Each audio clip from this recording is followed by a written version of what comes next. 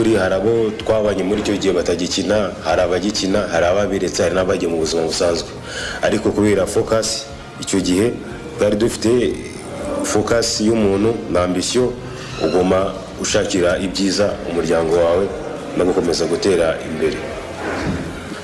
Mu by'ukuri ni byiza cyane, naba gutuma babwira ati muzaze muri benshi gushyigikira ekipe yacu. Turashaka yuko stade Pele izaba yuzuye kugira ngo twese tuzabonere hamwe ibyishimo, kuko turabakeneye cyane.